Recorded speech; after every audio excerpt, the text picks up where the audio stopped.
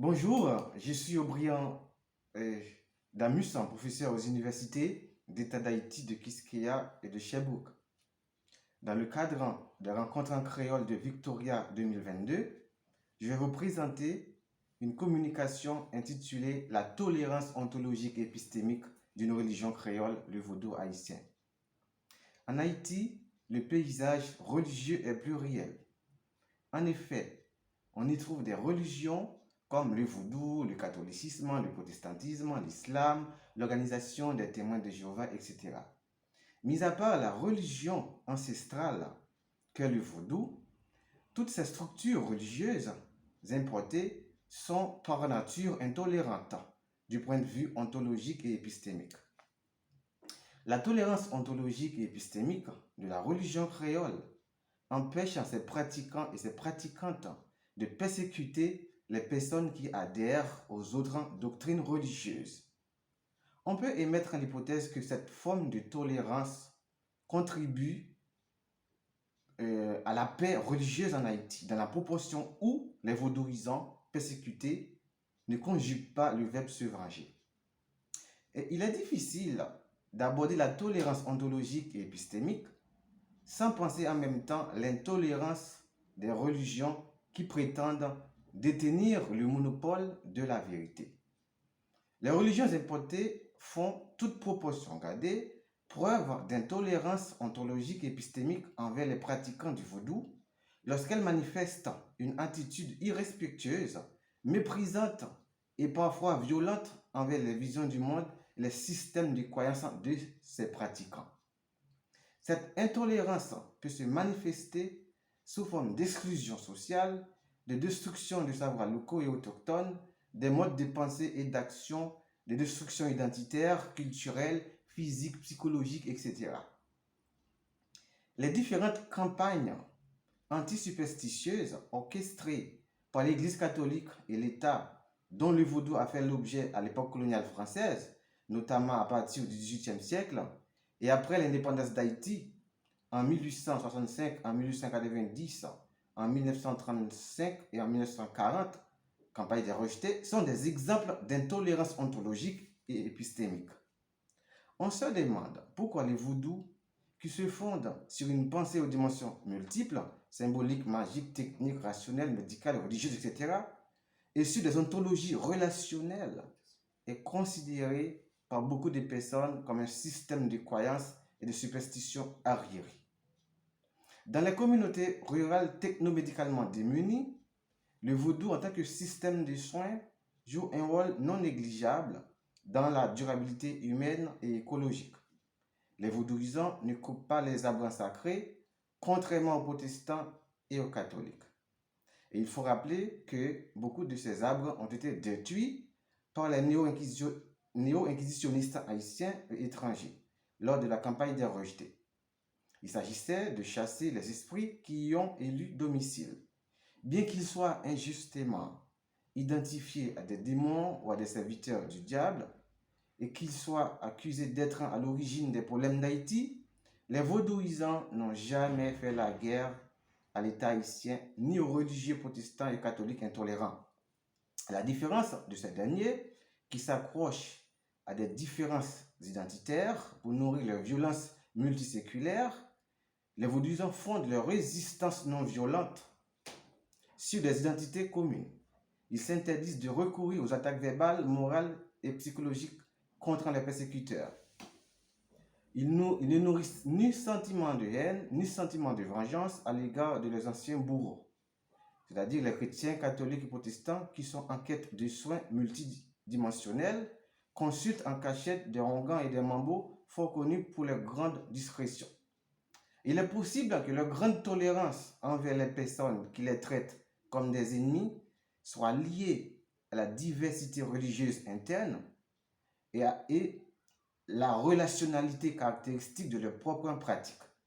Le vaudou n'est pas vraiment un véritable amalgame entre le catholicisme et les religions africaines, mais le résultat d'une fusion entre les divers héritages religieux africains. Son originalité frappante est liée à sa capacité à créoliser ou à intégrer des éléments issus de divers systèmes religieux. Comme on l'a déjà montré, les campagnes de persécution ne datent pas d'hier. Hannibal Price, un écrivain haïtien du 19e siècle, en témoigne. De 1865 à 1867, je suis entré dans 4 amphores de la plaine. À cette époque, le gouvernement du président Giffard continuait encore sa campagne contre les danseurs du vaudou, faisant saisir et brûler les drapeaux, les tambours, tout le matériel des sociétés, faisant arrêter et emprisonner comme cannibale, comme anthropophage, tout individu réputé à tort ou à raison, papa-loi ou maman-loi. Les rares amphores qui pouvaient échapper à l'active surveillance de la police devaient être des lieux sacro-saints où le fétichisme proscrit serait conservé dans toute sa pureté primitive. Dans cette citation, les mots papa-loi et maman-loi signifient respectivement onguent et mambo. Influencés par les théories raciales ancrées sur les dichotomies délétères, civilisé, incivilisé, colon, indigène, etc., et par sa vision angélique du catholicisme colonial, Price avait cru que le vaudou qui empêche les Haïtiens d'accéder à la civilisation occidentale au singulier était en voie de disparition. En 1935, l'Église catholique a forcé le gouvernement haïtien de l'époque à promulguer un décret qui condamne les croyances superstitieuses. Voici les principaux articles du décret-loi du 5 septembre 1935 sur les croyances superstitieuses. Article 1. Sont considérées comme pratiques superstitieuses les cérémonies, rites, danses et réunions au cours desquelles se pratiquent en offrande à des prétendues divinités des sacrifices de bétail ou de volailles. 2. Le fait d'exploiter le public en faisant croire que par des moyens occultes, il est possible d'arriver soit à changer la situation de fortune de l'individu, soit à le guérir d'un mal quelconque par des procédés ignorés par la science médicale. 3. Le fait d'avoir en sa demeure des objets kabbalistiques servant à exploiter la crédulité ou la naïveté du public. Article 2. Tout individu convaincu des dites pratiques superstitieuses sera condamné à un emprisonnement de 6 mois et à une amende de 400 gourdes, le tout à prononcer par le tribunal de simple police. Article 3. Dans les cas ci-dessus prévus, le jugement rendu sera exécutoire, nonobstant appel au pourvoi en cassation. Article 4. Les objets ayant servi à la perpétration de l'infraction prévue en l'article 3 seront confisqués. L'intolérantisme, des autres religions impacte l'identité religieuse des pratiquants et des pratiquantes du vaudou. Le tolérantisme de ces derniers réside dans le fait qu'il faut tolérer à tout prix les religions importées. L'intolérance religieuse des protestants et des catholiques impacte l'identité des titulaires du savoir locaux et autochtone, les Onguents, les Mambo, qui pratiquent clairement le vaudou. Si certains d'entre eux se sont déjà convertis au protestantisme ambiant, d'autres projettent d'abandonner leur identité professionnelle et leur savoir multidimensionnel pour devenir des chrétiens protestants.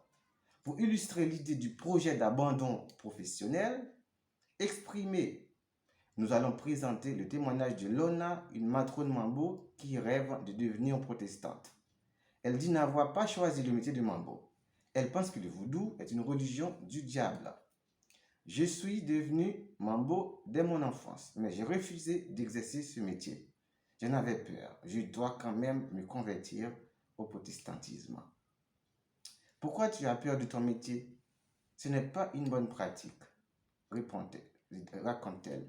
L'espoir dans le bon Dieu doit être en total. C'est le bon Dieu qui protège complètement les humains. Les lois ne peuvent rien faire pour eux. Satan ne peut rien faire pour toi. Seul l'Éternel peut t'aider. Dieu sera avec toi au dernier jour. Mais Satan t'abandonnera. Dieu sera avec toi jusqu'au bout. L'intolérantisme est l'un des traits caractéristiques du catholicisme, du protestantisme multiforme. les églises de l'Amérique céleste, les pentecôtismes, etc. Et des autres religions monothéistes. Credo in unum deum, je crois en un seul Dieu, dont le vaudou haïtien se distingue par ses potentialités modificatrices, libératrices et transgressives. Les esprits communément appelés sont des dieux pour les vaudouisants. On comprend donc pourquoi l'État haïtien, le catholicisme colonial et postcolonial se sont acharnés à faire disparaître cette force de résistance contre l'esclavage. L'intolérantisme meurtrier de l'Église catholique, apostolique et romaine est évoqué en ces termes par un prêtre raté français devenu professeur des universités. Il dit, l'histoire du christianisme n'est pas une histoire sainte si l'on se réfère aux 8 croisades en 2 siècles, à l'Inquisition au cœur de la curie romaine, devenue le Saint-Office puis la Congrégation pour la doctrine de la foi, aux 100 000 femmes brûlées comme sorcières par décision de justice au Moyen-Âge, aux crimes commis au nom de Dieu, aux excommunications, etc. En faisant preuve d'une grande tolérance ontologique et épistémique envers les autres systèmes religieux en conflit au sein de la société haïtienne, le vaudou s'apparente à un amortisseur. Le fait que le vaudou soit constamment traité comme une religion satanique par les adeptes des autres religions empêche beaucoup de personnes de reconnaître son rôle dans la durabilité humaine et écologique.